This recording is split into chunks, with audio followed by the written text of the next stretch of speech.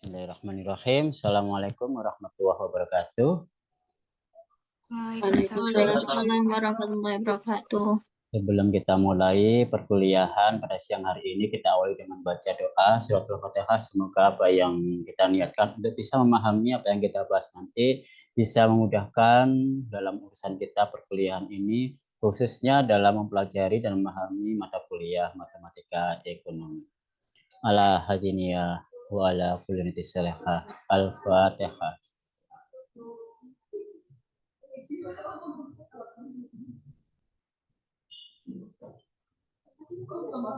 Amin amin ya rabbal alamin.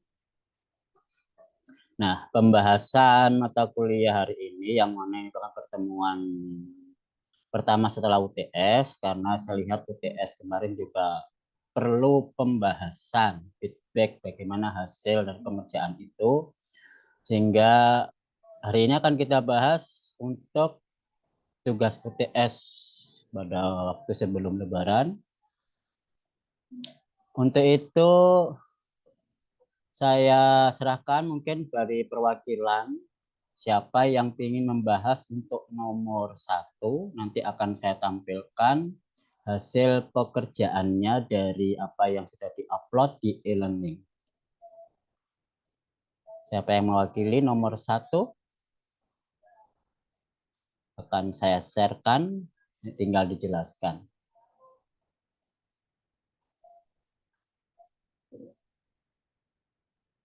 Atau saya tunjuk.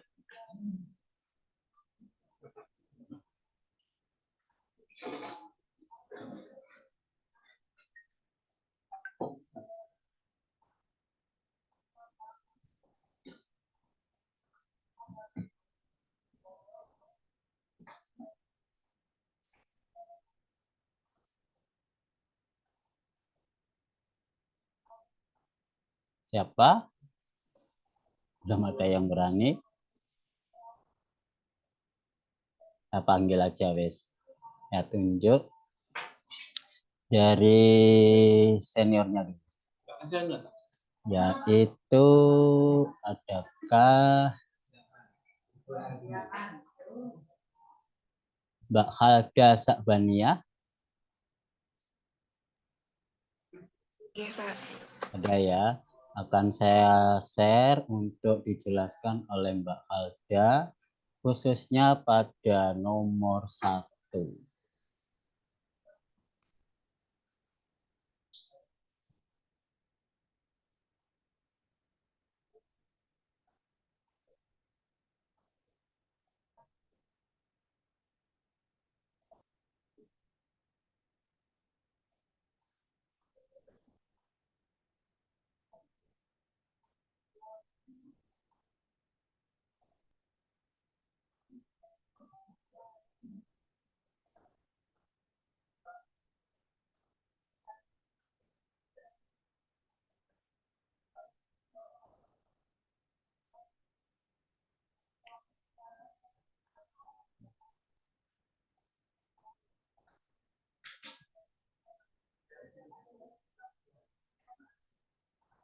Baik, Bapak, mohon izin mencoba menjelaskan hasil tugas UTS saya nomor 1.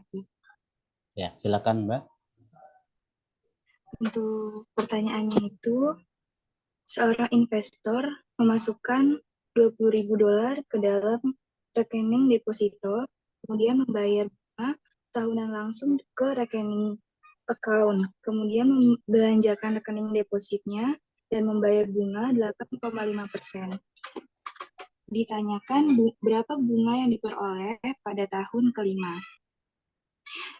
Untuk pengertian deposit sendiri, itu adalah investasi yang diawasi oleh lembaga OJK dan LPSM. Dan untuk perumus depositnya, untuk mengetahui jumlah bunga deposit, yaitu bunga deposit sama dengan pokok dikali dengan jumlah hari, dibagi dengan 365, kemudian dikali dengan rate atau suku bunganya. Dan jumlah harinya kita bisa dapatkan dari, kan yang ditanyakan itu tahun kelima, berarti 5 tahun. Dikalikan dengan 365, yaitu merupakan jumlah hari dan didapatkan 1.825 hari. Dan untuk deposit sendiri dikenakan pajak sebesar 20%. Itu merupakan ketentuan dari deposit. Maka untuk mencari bunga deposit didapatkan $20.000 dikali dengan 1.825 hari dibagi dengan 365 dikali dengan bunganya yaitu 8,5%. Dan didapatkan 36.500.000 dibagi dengan 365 dikali dengan 0,85 dan didapatkan 8.500. Kemudian kita cari untuk pajak deposit. Tadi di ketentuannya itu adalah 20%. Maka 100 dikali dengan 8.500 didapatkan 1.700. Untuk bunga bersihnya 8.500 dikurang dengan 1.700 yaitu pajak depositnya yang sebesar 20%. Dan untuk hasil akhirnya maka bunga yang diperoleh pada tahun kelima adalah $6.800. Mungkin dari saya seperti itu. Oke, bahwa pembahasan dari jawaban Mbak Alda sudah dibahas. Silakan ada pertanyaan, feedback, atau koreksi dari hasil yang diperoleh.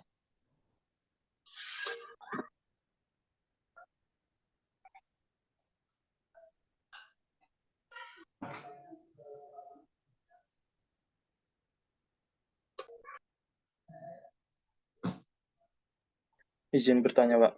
Silahkan Mas Fadil. Untuk pajak deposit itu diketahui untuk apa ya?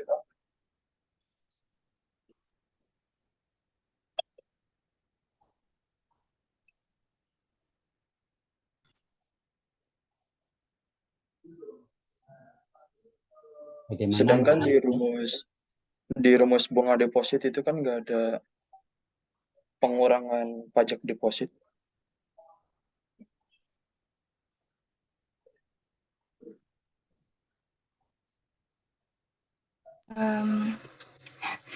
Mohon izin menjawab Bapak, tapi mohon Ya. maaf kalau jawabannya kurang. Iya.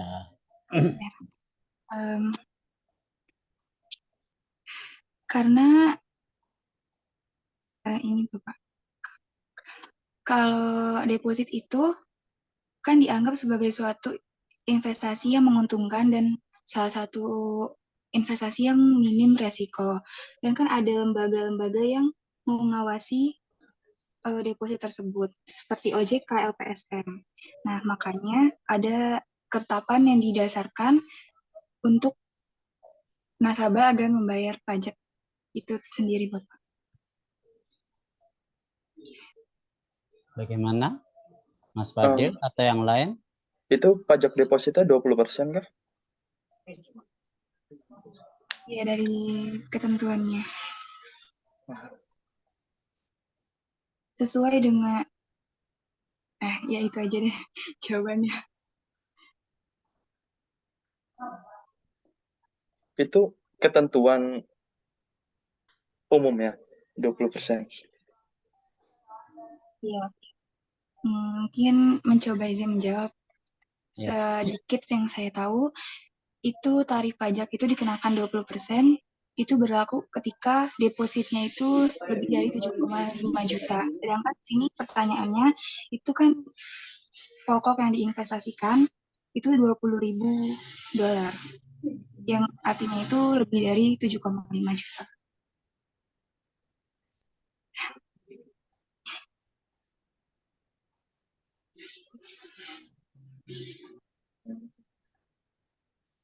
Mungkin baru itu yang sedikit yang saya paham. Silakan ditanggapi.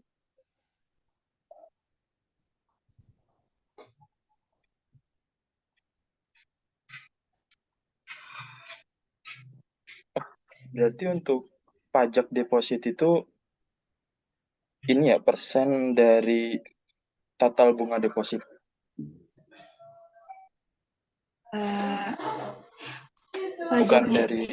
Bukan dari uang yang dimasukkan awal.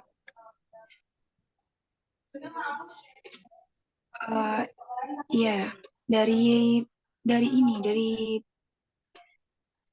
bunga deposit yang dihitung terlebih dahulu, kemudian kita menghitung pajaknya sebesar berapa gitu.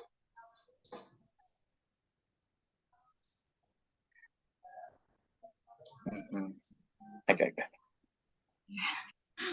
Yang lain barangkali ada yang mau bertanya atau komentar?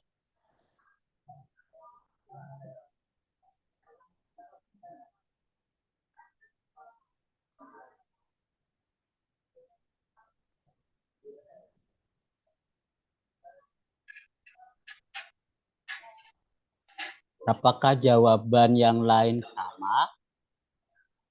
Kan kalau nanti beda bisa salah. Apakah mau disalahkan berarti menganggap ini sesuai atau benar? Jawaban ada. Berarti yang beda salah.